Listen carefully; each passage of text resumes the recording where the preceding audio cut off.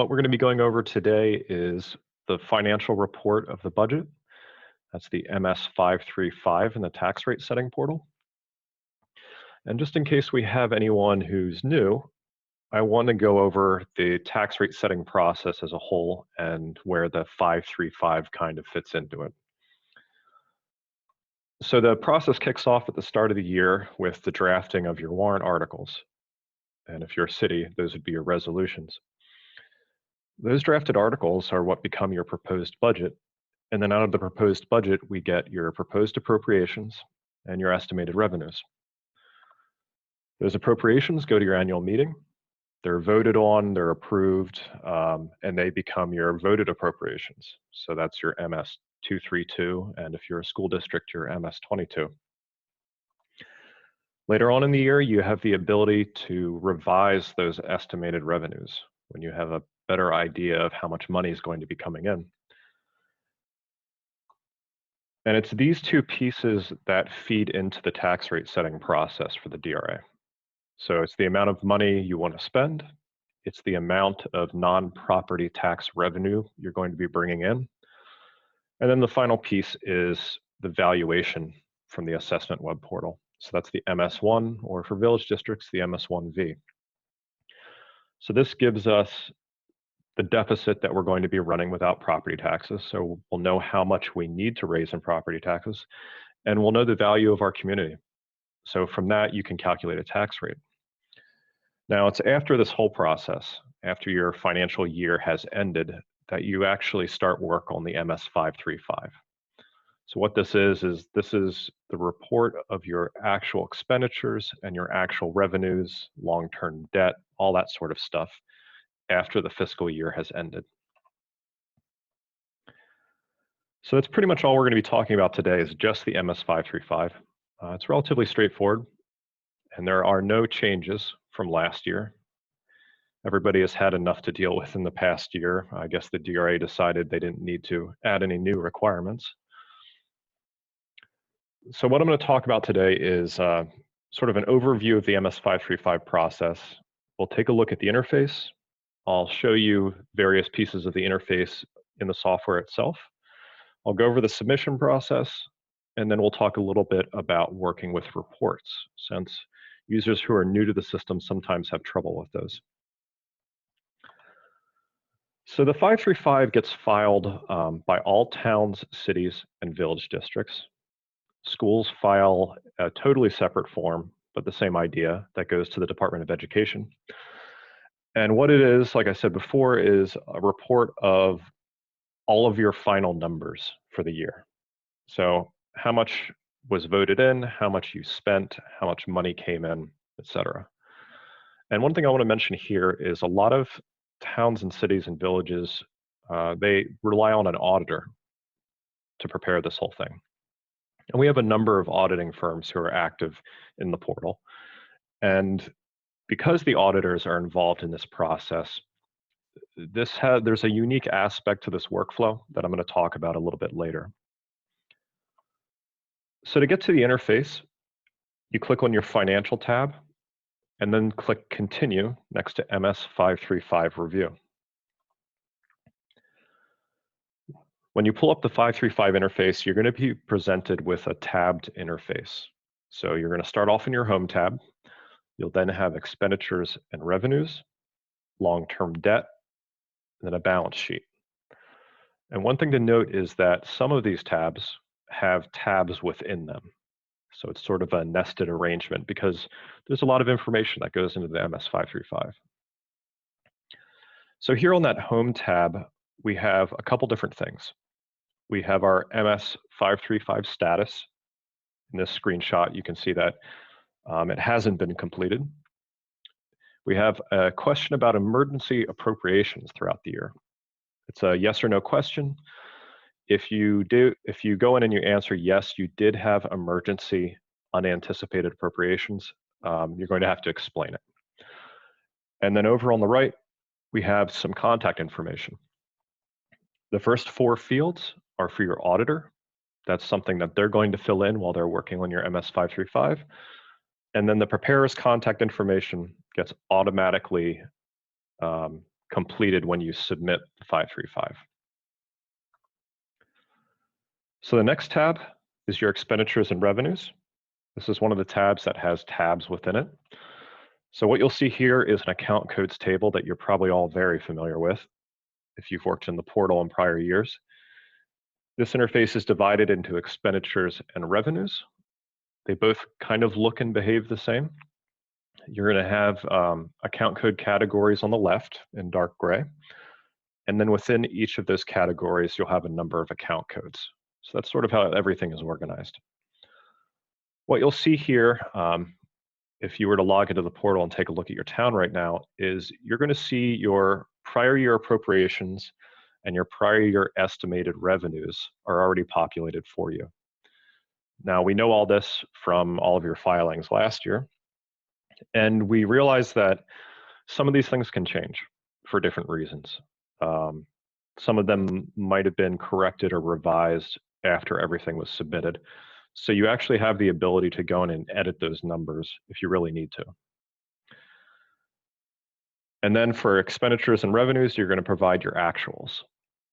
And then the one thing that's unique to this table is if you have an account code that wasn't part of last year's budget, for instance, in the screenshot, you see residence taxes, account code 3180, didn't have any estimated revenues last year. But for whatever reason, we brought in revenues during the year, so they were unanticipated.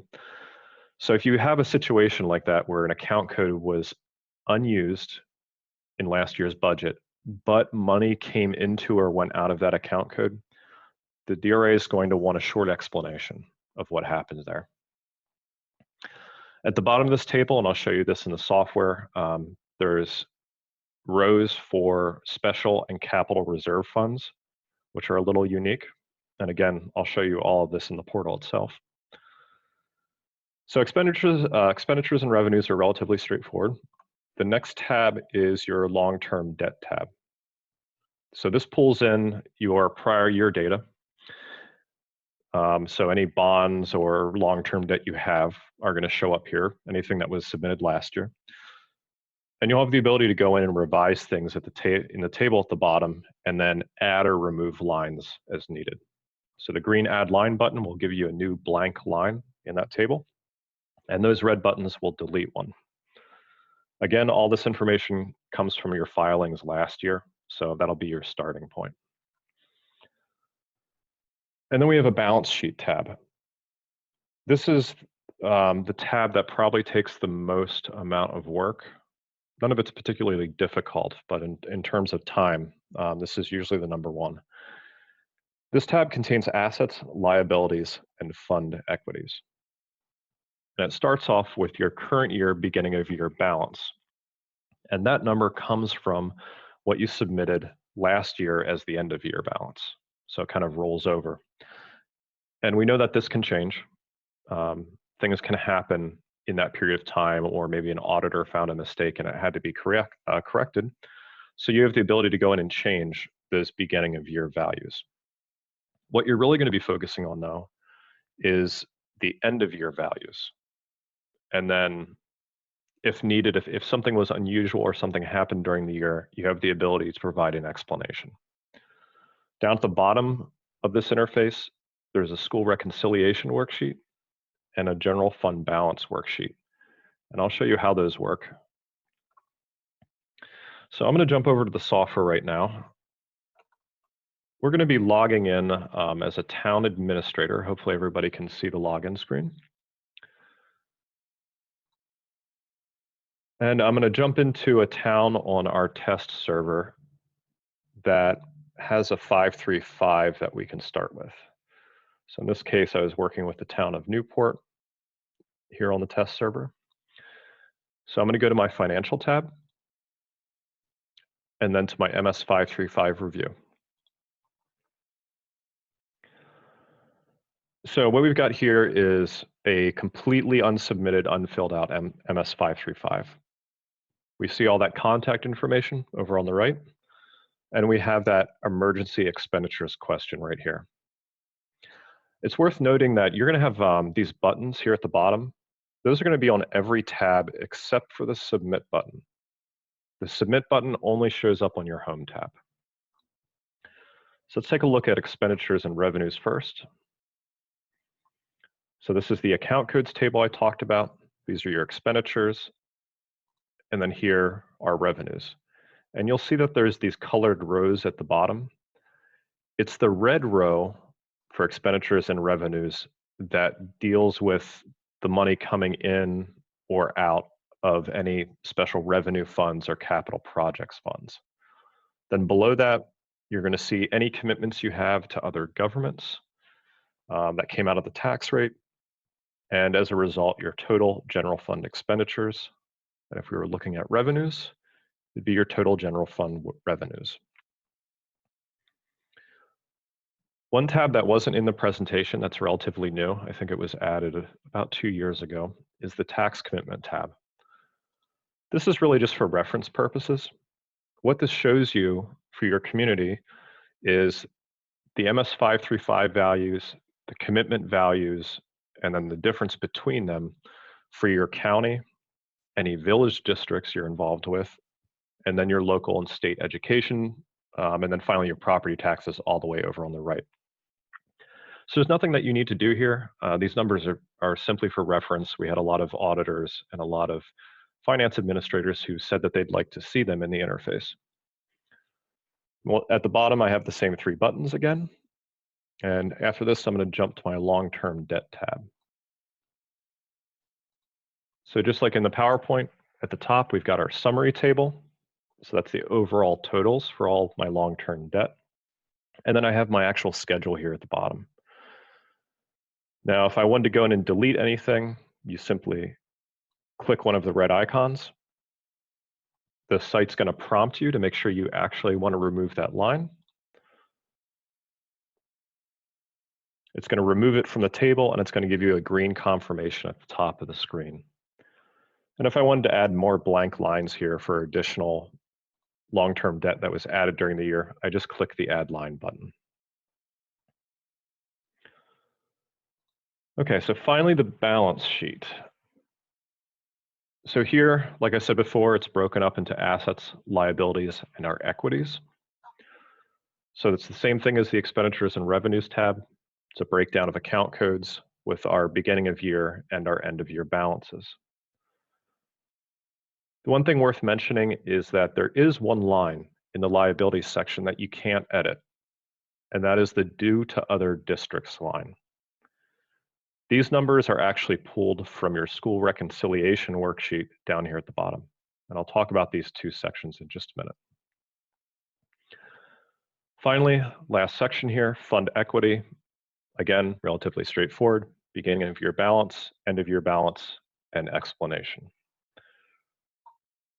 Now right below this, I see my fund equity and liabilities beginning of year balance, and then my calculated end of year balance. So you can't edit these. These are simply the totals from all the information that you've entered. Okay, so down here at the bottom, I have a general fund balance reconciliation and a school reconciliation. The school reconciliation worksheet allows you to drop in, there's 2 numbers that you can edit basically, any payments you made to a school district and then any beginning of liability amount that you had. So this BOY amount came from the liabilities tab right here. Sorry, other way around. What you enter here populates account code 2075. And what the worksheet calculates for you is your school liability at the end of the year. And that fills in right up here. So the general fund balance sheet reconciliation is sort of the last check before you can submit. What this does is it looks at the total revenues you've reported, the total expenditures you've reported, the difference between them, and then how your fund equities changed. So the balances of all your fund equity, how that changed relative to the difference between your revenues and expenditures. Now, ideally, this should balance out. I don't have anything filled in for this 535, but if you tie everything out and you're not missing any money, hopefully. What you'll see here is that the change due to that difference is going to equal the change in your fund equities. Right now I have a warning message here in red because I haven't filled in anything, and the portal is telling me that my fund equity change is different from my revenues and expenditures change. So like I said, once you tie everything out, you're going to get a green message there. There are situations where they might not be balanced.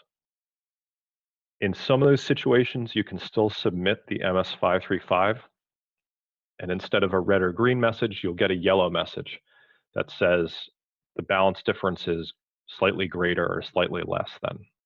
There's a threshold there where the DRA will still let you submit. Okay. So let me jump back over to the presentation.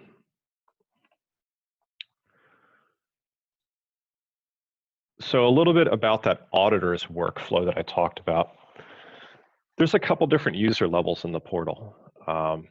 Municipal supervisors, that's your municipal admin accounts. They can do pretty much everything in the portal. They can manage users, they can enter data, they can submit everything. Standard users have some limited functionality. They can update or enter data, and they can upload files, but they can't make the final submission.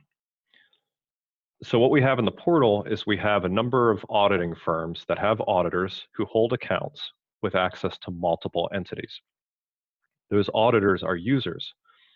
And what they're going to do is log in, prepare your MS-535 for you, and they have a special button. Let me switch to the next slide here. So they fill everything out, and they have a button that says Complete Auditor Preparation. Now what this does when they click it is it sends an email out to the municipal administrators for the town, whoever's holding an admin account, and it says the auditor has finished preparation. Please log in, review, and submit the MS-535. So a lot of people miss this. So they have an auditor, Plodzik and Sanderson, for instance. The auditor completes everything, hits that auditor preparation button. The municipal administrator gets that email. They read it and they go, oh, it's been submitted to the DRA, I'm done. But what that email actually says is your auditor handed it off to you to make the final submission. Now, if that's sort of a one-time thing for the auditor, they click that button, the email gets sent out. If the municipal administrator or the auditor find an error before it's all submitted to the DRA, you guys can go in and you can make any changes that you need to. So you're not locked out of anything until you actually make that final submission to the Department of Revenue. So again, just to sort of drive that point home, once the auditor is done, your MS-535 is still sort of in draft status. It hasn't been finalized yet.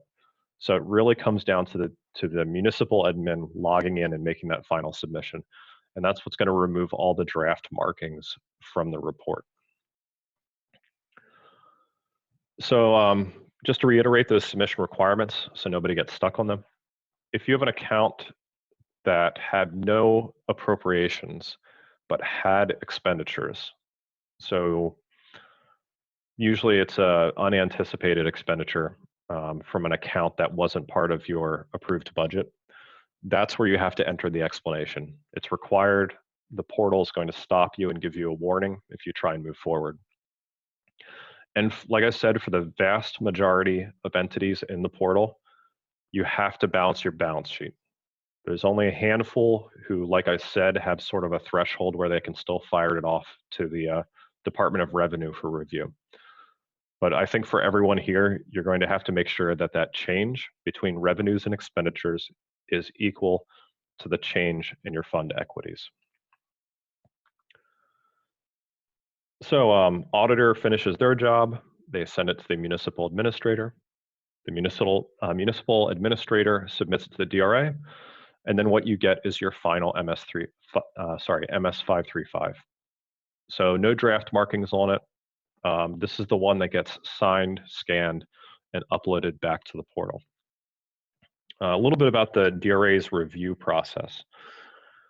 They're going to get a notification when you submit the MS-535. They'll log in to the state side of the portal and they'll start their review. If they find an issue, your advisor has the ability to return the 535 to you. And what will happen is you'll log in, you'll get the email first. You'll log into the portal, you'll see a notice on your 535 that says it was flagged for resubmission. And you're basically going to run through whatever corrections are necessary and then resubmit it. So if you do have to resubmit, if it does get flagged, it's the same process. You're just going to revise it and then submit it again. So like I said, the 535 process is relatively straightforward. It's all in that single interface. If you have any questions that are related to state statute or municipal finance, procedural questions, all that sort of stuff, you should reach out to your municipal advisor. And you can always find their contact information right on the home tab of the portal. It's in a yellow box there. If you run into a problem with the portal, you encounter an error, or you're kind of lost and you're not sure what to do next, reach out to our technical support team. Our toll-free number is right there, along with our local number, because we are based in New Hampshire. You can drop us an email, or you can go to the support portal. And an easy way to go to the support portal is just by hitting the help link in the upper right corner. The support portal has short articles and videos that cover everything we talked about here. And it also has a ticket interface where you can send in a support ticket. And that's basically functionally the same as sending us an email. So that pretty much wraps up the 535. I'm just going to unmute the lines and see if anyone has any questions.